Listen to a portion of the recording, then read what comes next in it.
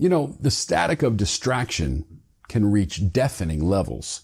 So much so, in fact, that very, very often it can be days or sometimes even weeks before we begin to realize that, man, there was something that I meant to do a while ago that I can't quite remember what it was.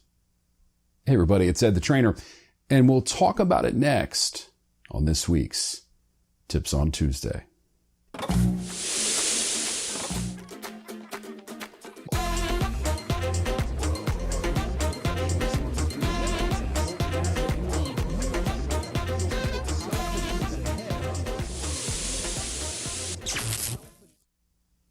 So on occasion, some of my travel is near enough that it can be a nice change of pace to just be able to jump in the car rather than having to jump onto another flight.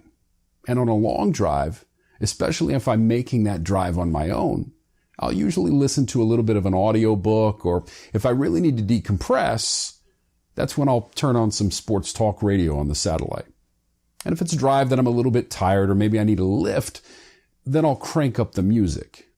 And one of the greatest things about technology today is that we have so many choices and that we're afforded the opportunity to focus, or maybe not, uninterrupted by the distraction of what was a weakening radio signal. And I realize there's some of you watching today that you don't even likely remember those radio dial days, right? Or you don't remember actually having to use a scan button on your radio to try to make sure you can find a station that's actually within range. In today's world, the static now, well, instead it comes in the number of choices that we actually have. It's become difficult to lock in on any one signal and stay attentive. You see, the noise today, well, it doesn't really result from a lack of signal, but the fact that there's so many signals that compete for our attention. In many cases, this is the condition in our everyday lives too, isn't it?